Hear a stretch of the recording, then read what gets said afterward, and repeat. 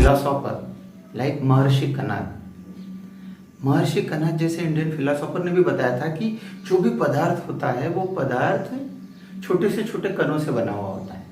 लेकिन यही बात को फिर डाल्टन ने थोड़ा सा रिफ्रेश करके और डाल्टन ने उसके ऊपर और रिसर्च किया और डाल्टन ने बताया कि वो जो छोटे से छोटा पार्टिकल है, that smallest particle of matter that is known as atom. So that smallest particle of matter is known as atom. जैसे एक एग्जांपल लेते हैं, आप लोग क्लास में जैसे चौक है ना, चौक सबको पता है, चौक है, चौक पकड़ के इधर उधर फेंकते हैं। कभी ये करके देखो, एक चौक को तोड़ो, दो टुकड़े करो, एक टुकड़े को रखो, फिर छोटे को लो, फिर तोड़ो, दूसरे को रखो, फिर चौक लो, तोड़ो, दूसरे को रखो। लास्ट में क्या मिलेगा? एक समय ऐसा आएगा कि चौक का पाउडर अपने पास रहेगा। दैट पाउडर का जो पार्टिकल है, वो छोटा जो पार्टिकल है पाउडर का, उस पाउडर के पार्टिकल को हम नहीं तोड़ सकते। ये भी तो एक बड़ी एग्जांपल है हमारे को समझने के लिए कि छोटे छोटे छोटे छोटे पार्टिकल से कोई भी चीज बनी हुई होती है।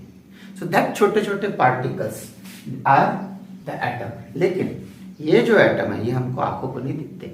जैसा पाउडर जो है इसका, चौक का, वो हमको दिखता है, लेकिन ये एटम है। These are the very very tiny particle. Electron microscope के अंदर देखना पड़ता है ये एटम्स को। अब क्या हुआ कि the atom name is given by Dalton. Atom जो नाम है ये दिया है डाल्टन ने, लेकिन इसके ऊपर भी रिसर्च हुआ और पता चला कि इसके अंदर भी कुछ छोटे छोटे पार्टिकल्स होते, that are the fundamental particles of atom. Fundamental particle, FUNDA,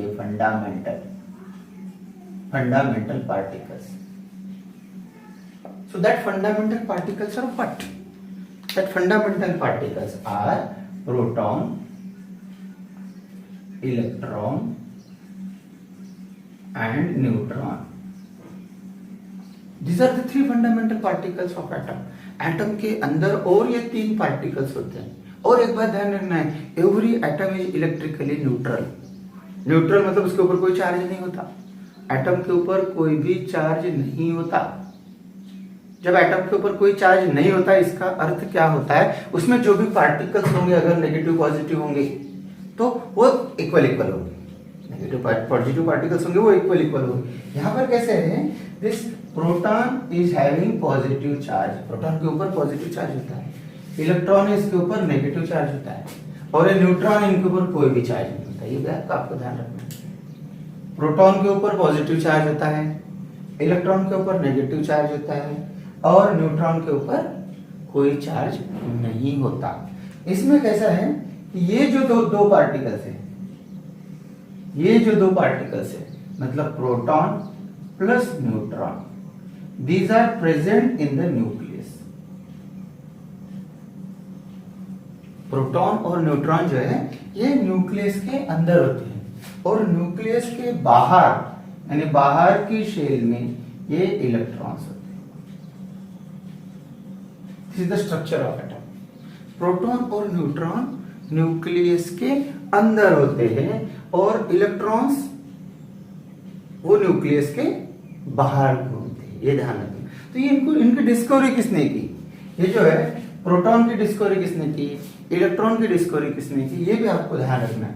proton की जो डिस्कवरी है कि गोल्डस्टीन नाम के साइंटिस्ट है, ई गोल्डस्टीन ऐसा नाम था।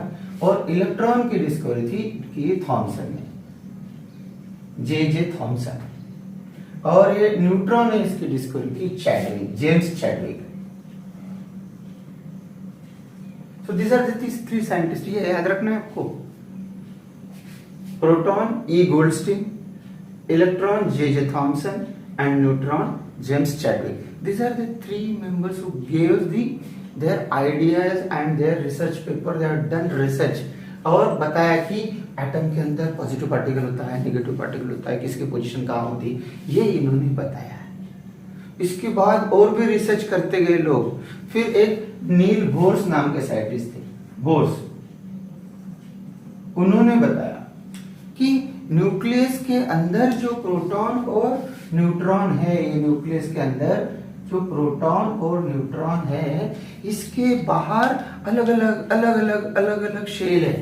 इसके बाहर ऐसी अलग अलग शेल है, पहली शेल, दूसरी शेल, तीसरी शेल, ऐसी अलग अलग शेल है।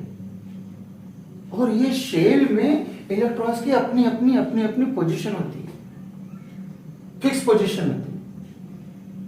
तो उन्होंने फार्मूला बनाया और वो फार्मूले के अकॉर्डिंग फार्मूला बनाया, वो सुटेबल हुआ।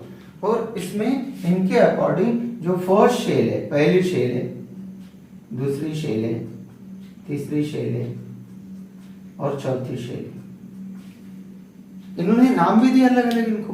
पहली शेल को के नाम दिया, दूसरी को एल, तीसरी को एम और एन, ऐसे नाम भी दिए।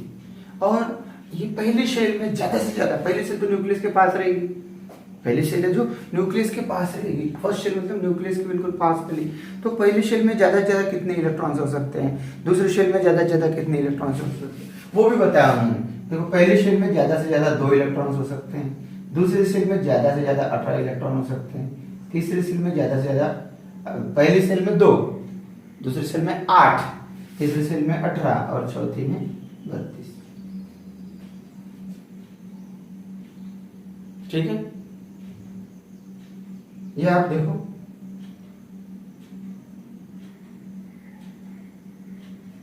फार्मूले, इसमें कोई कंफ्यूजन नहीं है और ये भूलना ही नहीं है अपने को, इसमें भूलना ही नहीं। अब इसको याद कैसे रखेंगे, उन्होंने उसके लिए भी एक फार्मूला दिया है, वो फार्मूला है 2n²। वो फार्मूला है 2n²। n is the number of shell. देखो n अगर 1 लेते हैं तो 2 इंटू 1² 1² इक्वल टू 1, तो 2 into 1 equal to 2। n equal to 2 लेते हैं तो 2 का स्क्वायर हो गया 4, 4 इंटू 2 इक्वल टू 8। 3 लेते हैं तो 3 का स्क्वायर हो गया 9, 9 इंटू 2 इक्वल टू। ये फार्मूला आप याद रखोगे तो अपने आप याद रहेगा, 2n², ये आप याद रखोगे। इससे क्या पता चलता है आप लोगों को कि atom consist of fundamental particles, where is the position of that fundamental particles, where is the electrons, how many electrons are there in which shell, ये अपने को पता चलता है। तो ये एक बार हमको पता चल गया कि इलेक्ट्रॉन्स कहाँ रहते हैं, प्रोटॉन्स कहाँ रहते हैं, न्यूट्रॉन्स कहाँ रहते हैं, तो फिर आगे के जो टॉपिक्स है वो पढ़ने के लिए हमें इजी जाता है। अब क्या है, बहुत सारे एटम्स हैं, बहुत सारे एलिमेंट्स हैं, इनकी अगर स्टडी करना है, so to study these elements, these atoms, certain things is required। जैसा किसी लोगों के बारे में जानना है तो अपने को नाम मालूम होना चाहिए उनके ना, उनके नाम पता होने चाहिए कि ये मंगेश है, ये मुकेश है, ये राजेश है, ये ऐसा है।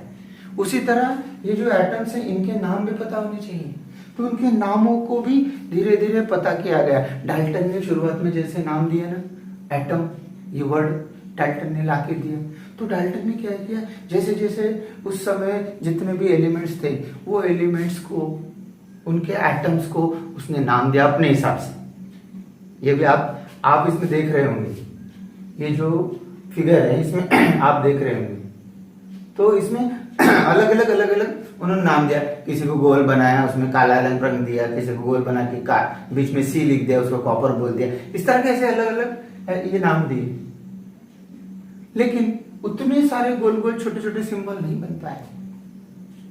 ये जो सिंबल्स है ये सभी सिंबल्स को एक्सेप्ट नहीं किया गया, क्योंकि उससे रिएक्शन आने वाले नए प्रोडक्ट्स और कॉम्बिनेशन, केमिकल बॉन्डिंग, ये नहीं समझ में आता था। इसलिए ये जो एलिमेंट्स हैं इनके नाम कहाँ से आए, नए उन्होंने नाम दिए गए, वो नए नाम कहाँ से आए, तो ये भी देखा गया।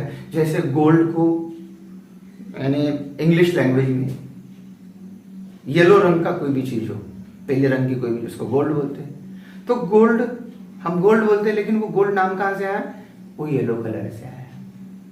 जैसे आयरन है, हम उसको आयरन बोलते हैं, लेकिन आयरन बोलते हैं, लेकिन फार्मूला उसका Fe लिखते हैं, Fe, लेकिन वो आयरन बोलते हैं हम लोग। ये Fe कहाँ से आया, Fe फेरम से आया। जैसे सोडियम है, लिखते हैं यसोडियाम, सोडियम, लेकिन उसका फार्मूला लिखते हैं Na। ये Na कहाँ से आया, वो नाइट्रियम से आया। वैसे पोटेशियम वो कलियम से आया। तो ये जैसे जैसे नाम लिखते हैं, जैसे जैसे नाम लिखते गए उसके अकॉर्डिंग फार्मूले आते गए। फिर उन्होंने देखा कि किसका किसका क्या क्या फार्मूला, जैसे हाइड्रोजन का H, हेलियम, हेलियम का ये चीज, यानी कोशिश ये की गई कि उसके नाम के अकॉर्डिंग, उसके नाम के अकॉर्डिंग उसका फार्मूला हो।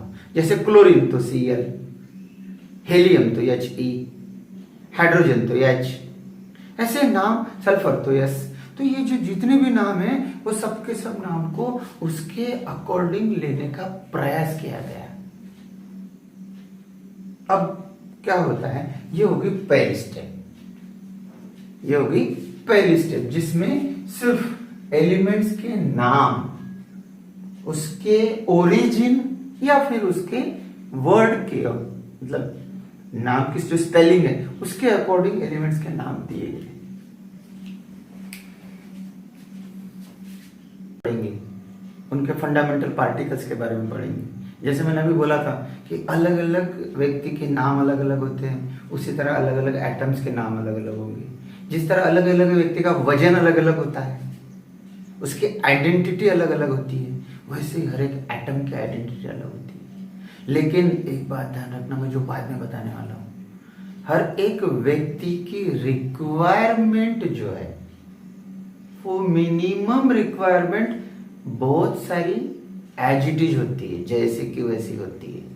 समाज में हर एक व्यक्ति को लगता है, सोचना जरा, हर एक व्यक्ति को लगता है कि उसके पास एक बाइक हो, एक कार हो, एक बंगला हो, एक गाड़ी, घर हो, एक अपना घर में फ्रिज हो, टीवी हो। मतलब ये जो मिनिमम रिक्वायरमेंट है ना, ये मिनिमम रिक्वायरमेंट जिस तरह आदमी की एक नॉर्मल सेटल्ड लाइफ के लिए, सेटल होने के लिए, स्टेबल होने के लिए, स्टेबल होने के लिए जैसी मिनिमम रिक्वायरमेंट होती है ना, वैसे हर एक एटम की भी मिनिमम रिक्वायरमेंट होती है। ये एक बार आप समझ गए ना, तो ऑक्टेट रूल्स, वैलेंसी, कंपाउंड कैसे बनते हैं, फार्मूले कैसे बनते हैं, ये बहुत इजी हो जाएंगे।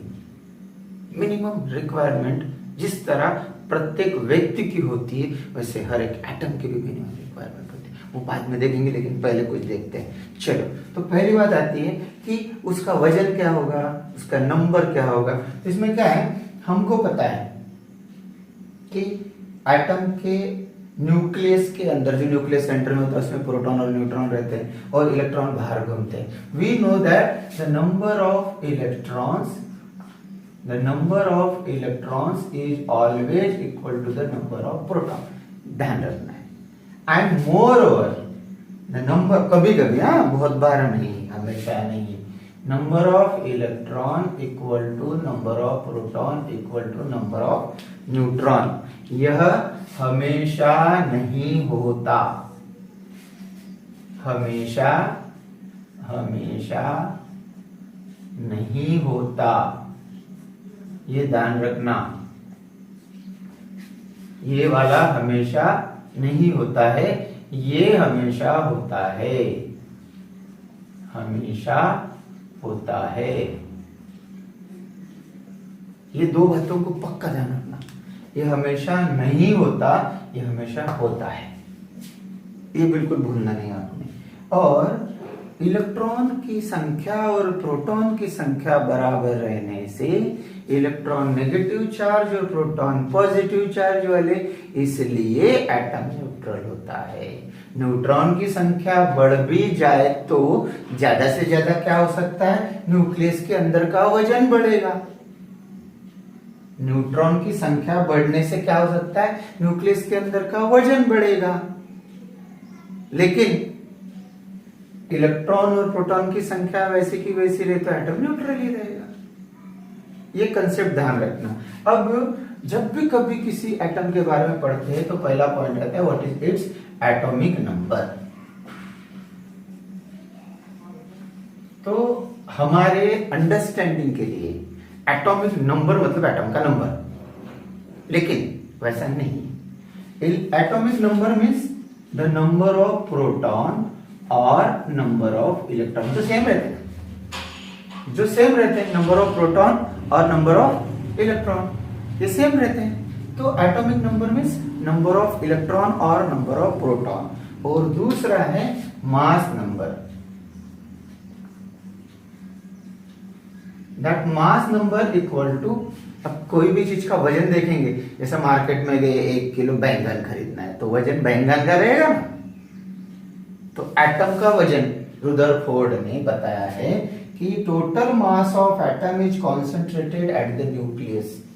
इलेक्ट्रॉन का तो वजन बहुत ही कम है, तो total mass of atom is concentrated at the nucleus, इसका मतलब एटम के अंदर जो न्यूक्लियस है उसका वजन, न्यूक्लियस का वजन मतलब न्यूक्लियस के अंदर जो पार्टिकल है उनका वजन, मतलब क्या हो गया, प्रोटॉन प्लस न्यूट्रॉन।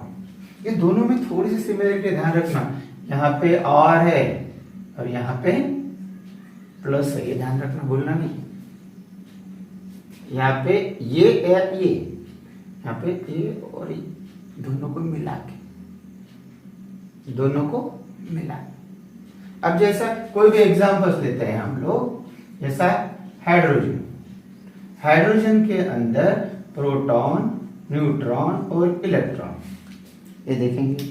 दूसरा लेते हैं हम beryllium,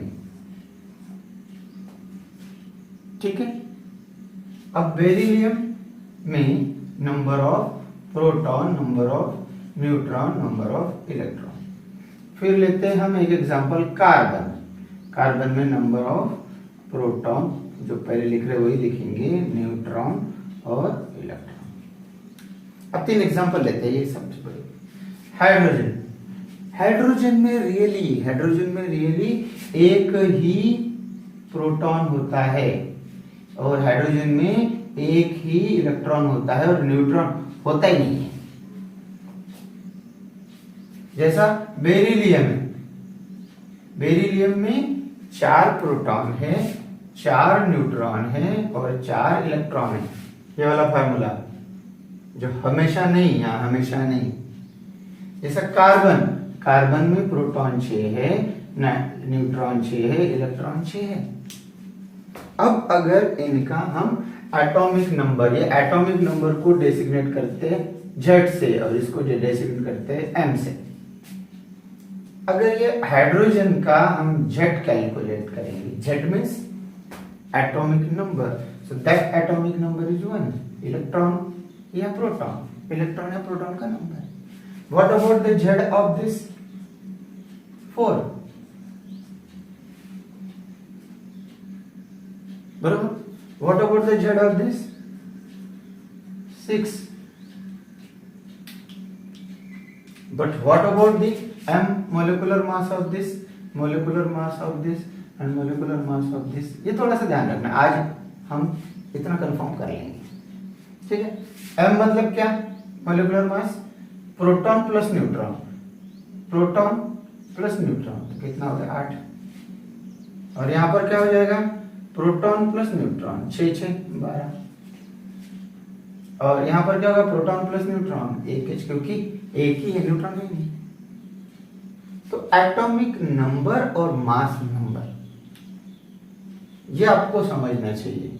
atomic number means number of proton और electron, mass number means number of proton plus number of neutron.